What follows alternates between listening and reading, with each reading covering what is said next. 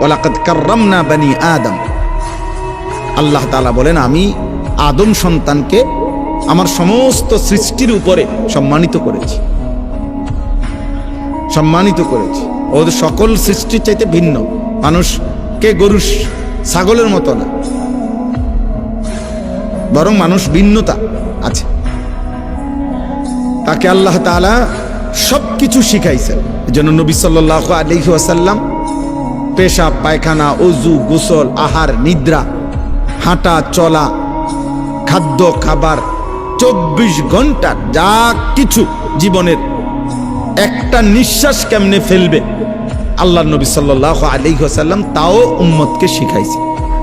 কারণ মানুষ শিখতে হয় কারো হাতে, মানুষ গড়তে হয়, নিজেকে সাজাইতে হয়, কারো তত্ত্বাবধানে নিজেকে গড়ে তুলতে হয়।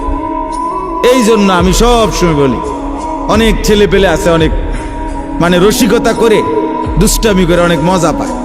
মনে করেন কোনো একজন বয়স্ক লোক, কোনো একজন আলেম বা কোনো একজন দাড়ি টুপিওয়ালা মানুষ অথবা কোনো একজন মা বোন পর্দানশী, তারে একটা বিদ্রুপ করতে পারলে হে খুশি যে দেখছ কইছি, হ্যাঁ হে মনে করছে আমি একটা বিরাট কাজ করছি, চালাকি করছি, একটা বুদ্ধিমানের কাজ করছি। বেটা আহম্মক, বরঞ্চ খবর নিলে বুঝবা যে তোমার উপরে আল্লাহর লানত, এই কারণে তুমি আল্লাহর থেকে বিমুখ, তোমার উপরে অভিশাপ মূলত। এই জন্য তোমার হালাত এমন, এই জন্য তোমার হালাত। তোমার 365 দিনে এক বছরে এমন একজন কেউ জোটে নাই যে তোমারে একবার মনে করাই দিবে যে কিরে আব্বা ফজরের নামাজ পড়তি না। এই কথাটুকু বলবে, তোমার এটা দুর্ভাগ্য, এমন একজন মানুষ জোটে নাই তোমার কপাল।